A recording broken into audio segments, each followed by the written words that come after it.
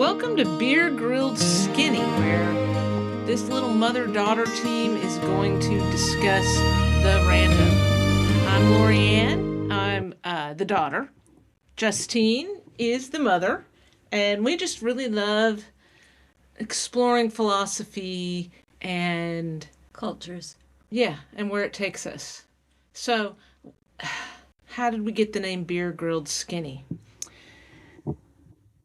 Technology has changed dramatically over the last few decades. Mom has been here 2.5 decades longer than I have, but we've both experienced dramatic changes in technology. And I'm not going to leave you hanging while we talk about all the technology. I think you should. I don't care what you think. I hate it when people do that. Like, we're going to get to the point. I don't care. No, it doesn't. It comes in right at the beginning. The latest version of technology has us using these things called Echoes, where you can do shopping lists, and it got this random thing called Beer Grilled Skinny, and we spent hours trying to figure out what we could have said that made her, we use pronouns she, her on this machine, we thought we'd figure it out. We never did figure it out. And then we realized it's literally like the conversations we have where I'll be saying something and Mom will just swerve into a whole new category, leaving me very mystified. And you're going to get to experience that now. So you grew up and you started with outhouses. No, I didn't. I started in a little home in the town, and we had a toilet under the stairs, kind of like you see on Harry Potter, they have things under the stairs. Our toilet was under the stairs. So this is like, we're talking the 1940s, and you already had a toilet. Yes, in that house. Okay. We did. It would have been somewhere like probably around 1940, 1943, somewhere in there. No, I'm wrong. No, you were born in 1945, so it would have been just, See what I mean? Beer Grilled Skinny. Not many years after that, we also did not have telephones, and therefore we did not have 911. And okay, 911 wasn't introduced until the 80s. Okay, but we didn't have it. We didn't have any of that, and we're talking about how it has evolved. So we are, and I'm not sure how we jumped from toilets to telephones, but I'm sure you'll enlighten me. We'll get the toilet later. Steve got the meningitis, and the only way to get care, his temp being so high, was my dad had to carry him to the car and drive him to the hospital, because that's the only way you could. So we got him to the hospital. The hospital had ambulances, so they drove him to Charlottesville, packed his little body in ice, and got a preacher that anointed him in oil, and he got okay. So he came back. Okay, so you're assuming the audience knows anything, and you shouldn't, because we are just now introducing ourselves. So calling it his tiny little body, how old was he when this happened? I'm going to say he was 5. Okay, and you're a year younger, 15 months. Okay. So I was 4. And so from there, he brought him home. Everything was doing good. And my dad began to build us a house in the country. Today, we would call it a tiny home. But for us, it was really big. And how many bedrooms? 3 bedrooms. And how did we leap from toilets to telephones to meningitis to building a house? Now, and this is why we call it embracing the random. That because that's where the outhouse comes in. When we moved to the country, I mean, it was a perfect house, but my dad, being a lot like someone else I know, could see a chance to make some money because he owned the house in town, and he could rent that. So his aim was to get us in the house in the country as soon as possible, and he didn't have enough money to build out the bathroom. I mean, the house had a bathroom, he just couldn't finish it. So he threw up this outhouse. And so for quite a few years, It took years for him to get the money to build well, a bathroom? he wanted to do other things too. Now he worked a full-time job, but he wanted to build a chicken house. He wanted to build a hog house. He wanted to build a barn. So, all those things came first because the outhouse was working just fine. Was it now? So Maybe if you lived in Florida where there's no winter. well, no, that's what we had. When he finally, Well, how old were you when you finally got a toilet again?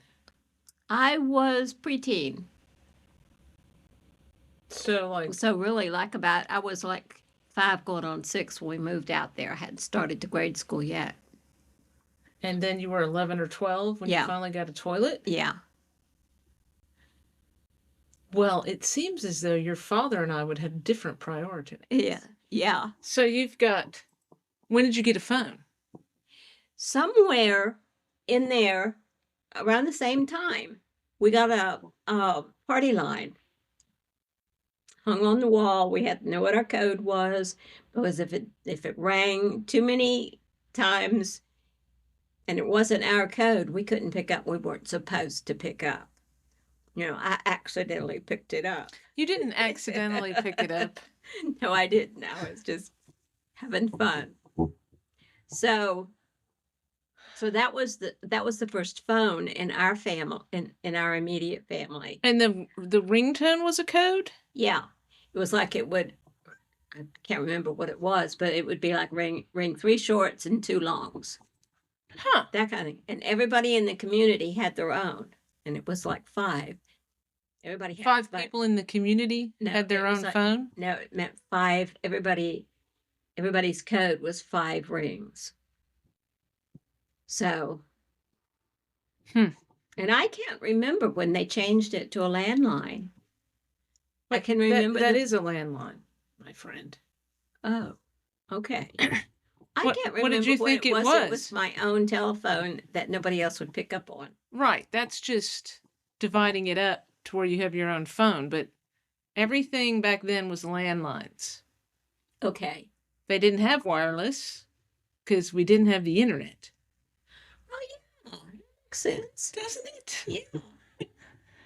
And when I grew up, you could call, because we're trying to share with y'all how technology has changed so rapidly. And back when I was growing up, you called 411 for information, and 911 started in the 80s. I was born in 1970.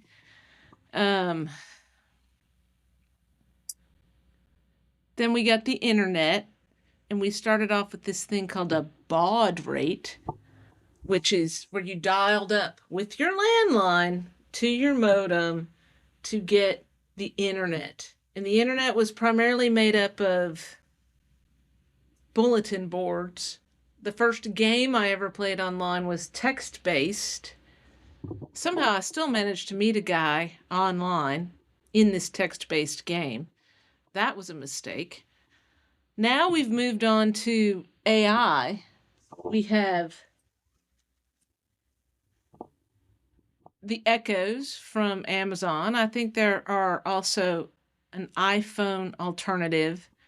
But we've gone all the way from you had to share your landline to getting your own landline to now we don't even bother with landlines. Yeah. It's amazing. Yeah. And in here, I also wanted to insert, when my first job was for a drugstore, I had to use a manual adding machine.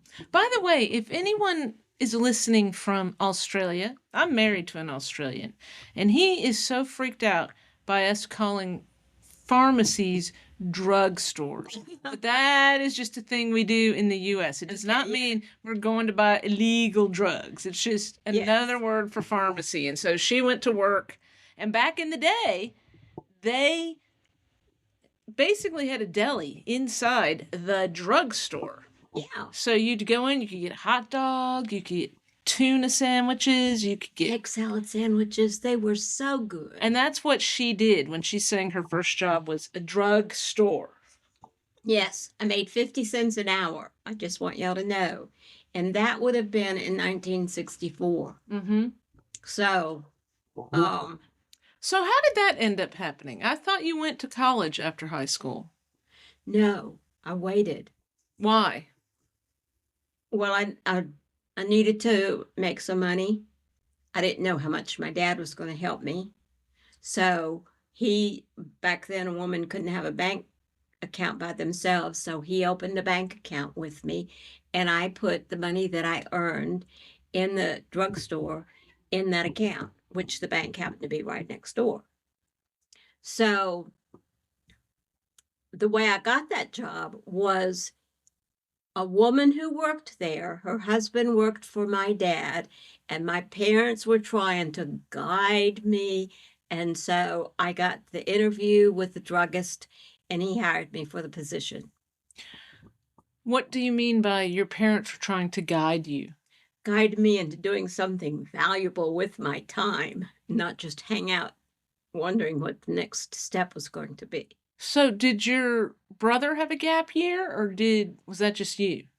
Steve, a gap year. Well, if you don't go to school right after high school, we call it a gap year. I believe he went right straight to university. Well, it's a university now, Eastern Mennonite University. Because he had to do the thing. We were pacifist, and he had to be, working towards putting in his time for the government as alternative service. Yeah, but that resulted in him going to New York. So I think you're conflating two things. No, he started that, and then he got in trouble. And so what kind of trouble? He decided that he could be a DJ for their radio station. And his heart was breaking because his girlfriend didn't want him anymore. And he ended up using some profanity over the airwaves. Of a Christian college. Yes. In a Christian community, no less. And so he lost that job. So he came home. He worked at my dad's factory for a while. He worked as a salesman for a while. And then in time, he and his best bud went off to New York to put in their alternative service at a hospital, which is how I ended up in hospital work. How did that result in you ending up in hospital work? Because you were off studying.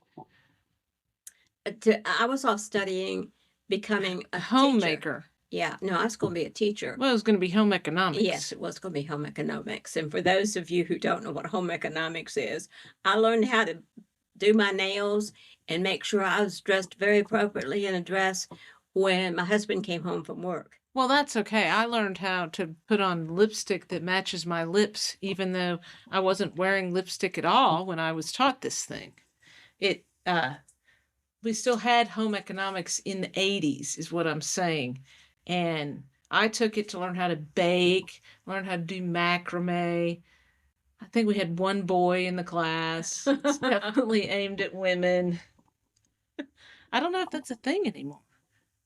I'm not finding any classes anywhere when I look on the internet because I get curious also. Okay, so we just switched to social justice instead of home economics. Could be.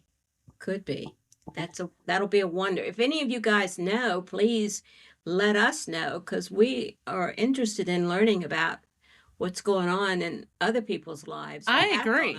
And we don't want to always have to do all the research. I would love to hear from listeners whether they have been involved in home economics or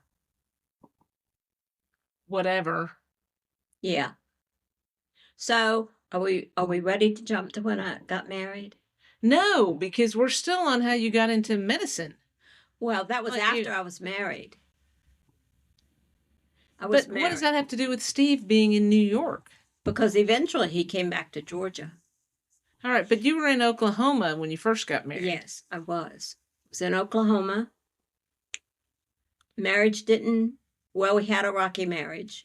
We put it back together. Basically, she was married to an a-hole who was incredibly smart.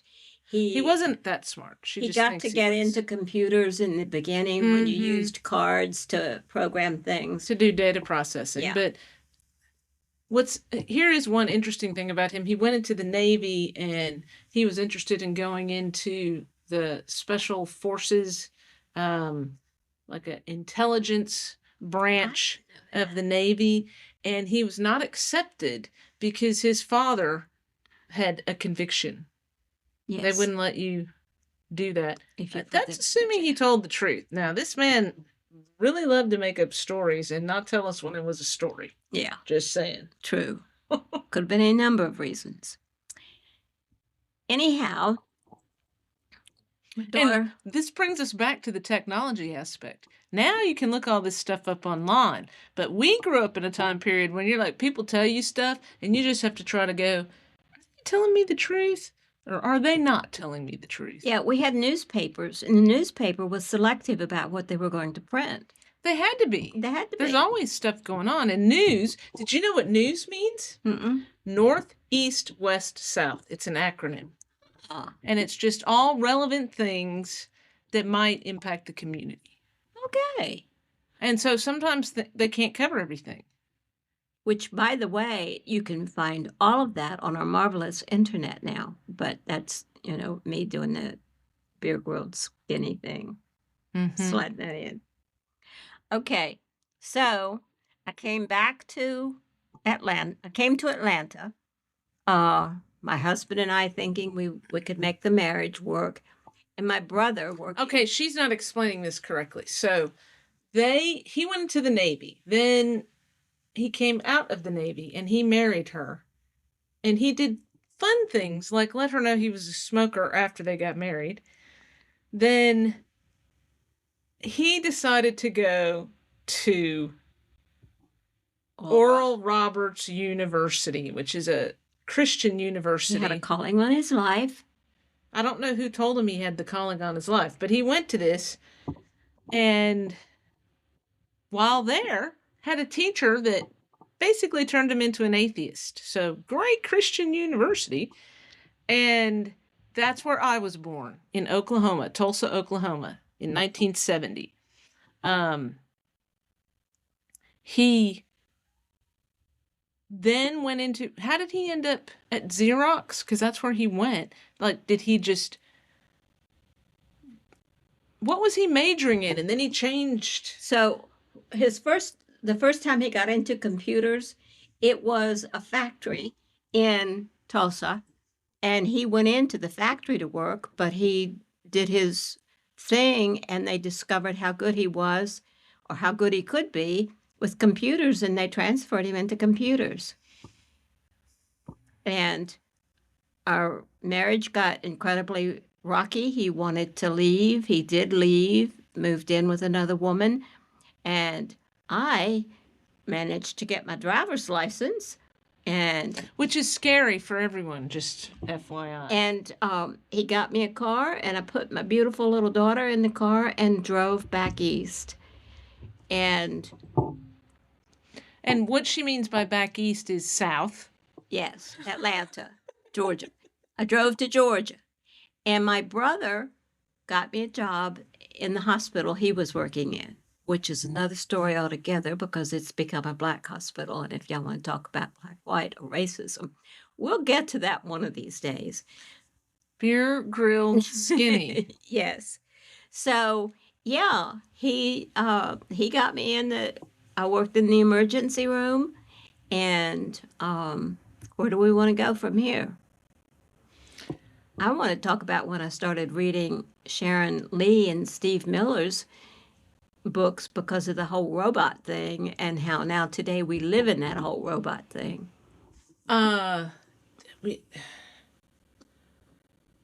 Maybe it's too soon. You're putting too many subjects in here at one time. And I think we've actually done a terrible job at this. We've only been recording for not quite 20 minutes, though. It felt longer to me. Oh, okay.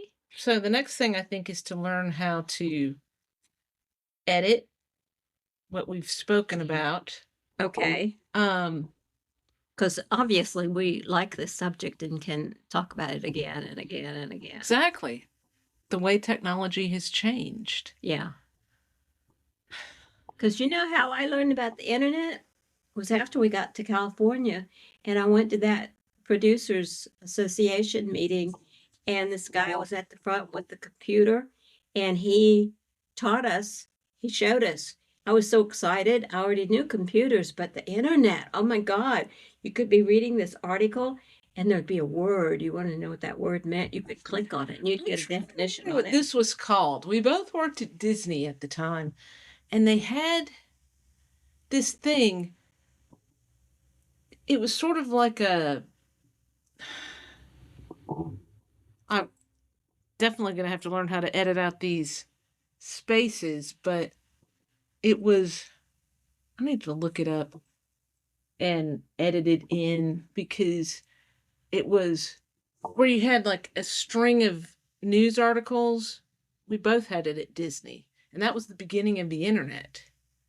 And I had the most boring job on the planet. I was just an assistant to an entire finance team. And when they had stuff for me to do, great. But the rest of the time, I just sat there waiting for someone to call. So I would look through this thing and see all the news. And I was just like, oh, I want to see more. And now we have the situation where we're constantly being inundated with news. And I regret ever having asked for that particular thing. Yeah. Well, I don't remember that. I don't know, because of where I was working in Disney. I was, in commercial and in consumer. We were both in consumer products. Yeah. This was before you were in Walt Disney Art Classics. And I was in the finance department. I remember this woman who had no passion for her husband at all, but he was her best friend, and that's why they chose to get married. And I thought, well, that's disappointing. And then I went off and did the exact same thing. Now, don't get me wrong, there's plenty of passion for my husband, but what really keeps us together is the friendship. Yeah. Passion fades. Yeah. And it comes in and out. We're way off on beer. Yes, I know. Skinny. Which is fun. I love this. Here's to the laughter, and here's to the tears. In every moment together, we conquer our fears. With dreams in our hearts and the world in our sight. We're beer, grill, skinny, ready